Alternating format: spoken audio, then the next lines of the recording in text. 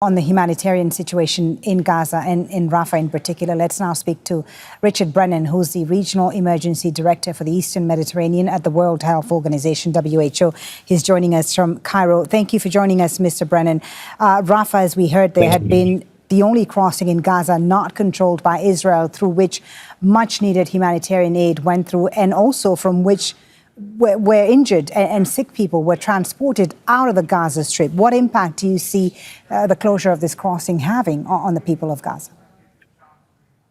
Well, it makes a disastrous, catastrophic situation far worse, as you rightly indicate. I mean, we hadn't been getting enough aid into Rafah and to Gaza more generally over the last few months. I mean, all assessments have been that aid has fallen well short of what's required.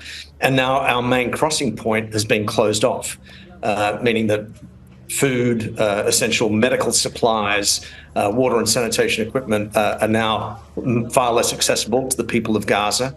But then, as you rightly say, also the evacuation of critically ill patients. We've struggled to get medical evacuations out consistently from Gaza.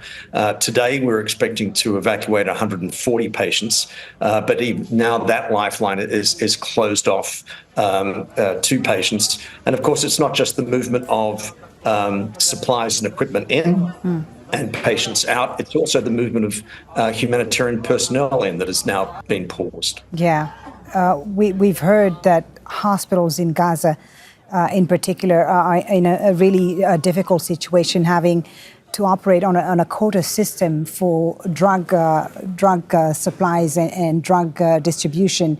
If this medical doesn't get in, how long can these healthcare facilities, the remaining ones that are functioning, how long can they go on for? Well, we have done some contingency planning and we've pre-positioned supplies. We've actually had to move a lot of supplies from our warehouses in Rafah up to the middle area. You know, we can probably get by for another few days or a couple of weeks. But what you said, I think, is vitally important. Of the 36 hospitals across Gaza, only 12 of them are functioning, and they're only partially functioning. Only 3 of those hospitals are in Rafah, serving that population of 1.4, 1.5 million people that you mentioned. So, and they're only partially functioning. Now, your correspondent said Najah Hospital, which is the largest of those hospitals, has stopped functioning. I had not heard that. We'd heard that it was still continuing to function, but doctors and patients were starting to move on. That would be absolutely catastrophic if that were the case. It's the main referral hospital in Rafah right now. It's usually only a 100-bed hospital. I was there 2 months ago. It had over 300 patients at that time. More recently, it's had upwards of 600 to 700 patients. So now, because of this incursion, access to that hospital is extremely limited now for patients, for ill and injured. If it's starting to close services, that makes things absolutely disastrous for the people of Rafah. A pier, we understand, is being built to get humanitarian supplies into Rafah because, as we've seen, the border crossings, the land crossings are closed off. And this pier, it's said, will be operational in the coming days. Do you see that having an impact? Will that help? And who is going to be distributing the aid once it comes through the pier? How will it all work from what you understand? Yeah, no, they're very good questions. I mean, I think the general sense from the humanitarian agencies is it will have a very, very modest impact. We won't be able to bring in supplies at scale.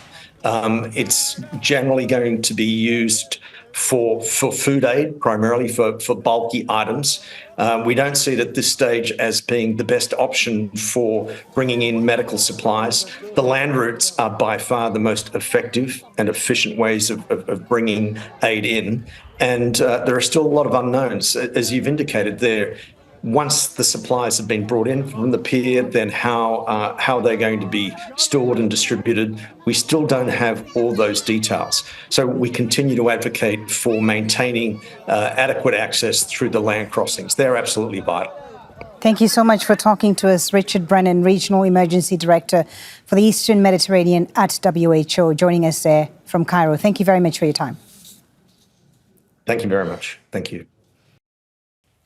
Make sure to subscribe to our channel to get the latest news from Al Jazeera.